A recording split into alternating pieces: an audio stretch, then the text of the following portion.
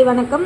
இப்போ என்ன பார்க்க போகிறோம் அப்படின்னா அர்த்தசாஸ்திரம் எழுதியது யார் அப்படின்னு பார்த்தோம்னா கௌடில்யர், அதாவது சாணக்கியர் அப்படின்னு சொல்லுவோம். அர்த்தசாஸ்திரம் அப்படின்னா என்ன, அதில் எதை பற்றி சொல்லியிருக்கு அப்படின்னா பொருளாதாரம் மற்றும் ஆட்சி முறைகளை பற்றி அதில் சொல்லியிருக்காங்க. அதே மாதிரி இந்த பாண்டிய கவகடா அப்படின்னு சொல்லுவாங்க. அதில் என்ன சொல்லியிருக்காங்கன்னா பாண்டிய நாட்டில் கிடைச்ச முத்துக்கள், கடற்பொருட்கள், பாண்டிய நாடே முத்துன்னு தான் சொல்லுவோம். அதே மாதிரி அதில் இருக்கிற கடல் பொருட்களை பற்றி சொல்லியிருக்காங்க. அது மட்டும் இல்லாமல் மகாவம்சம் அப்படின்னா என்னென்னா இலங்கையில் இருக்கிற புத்த சமய வரலாற்றை கூறும் நூல் தான் இந்த மகாவம்சம்னு சொல்லுவோம். இது ஒரு பாலி மொழியில் எழுதப்பட்டிருக்கு அப்படின்னு சொல்கிறாங்க.